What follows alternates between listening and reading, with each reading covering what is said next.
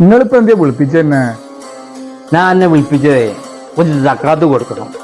നമ്മളെ മലേഷ്യയിൽ നിന്ന് 5 ലക്ഷം റുപ്യ ഏറെ വരുന്നുണ്ട്, ചെന്നൈയിൽ നിന്ന് 5 ലക്ഷം റുപ്യ വരുന്നുണ്ട്, പിന്നെ എനിക്ക് അറിഞ്ഞൂടാ ഒന്നും ഇവിടുന്നായിട്ട് ലക്ഷ്യങ്ങൾ വേറെ വരുന്നുണ്ട്.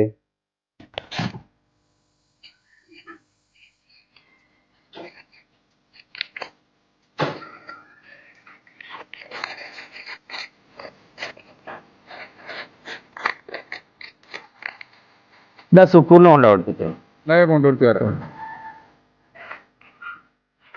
ആ സുക്കൂറ, ഇതെനിക്ക് കാലേജ് തന്നാണ്. കാര്യത്തിന്റെ സക്കാത്ത് ഞങ്ങളാണ്ട് ഇരിക്കത്തില്ല. ഇതിപ്പോ നാളാളുള്ള നോക്കാം.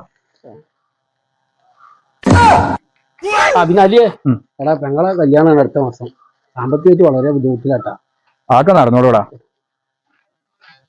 അലിയേ ഇവിടെ ഉള്ളത് ജി ഇവിടെ നിന്ന് വന്നാ നമുക്ക് കാലേജിക്ക് ഒരു കവർ ഉണ്ടായി കൊടുക്കാണ്ടി വരും. പെട്ടെന്ന് വാട്ടാ. ആയിക്കോട്ടെ.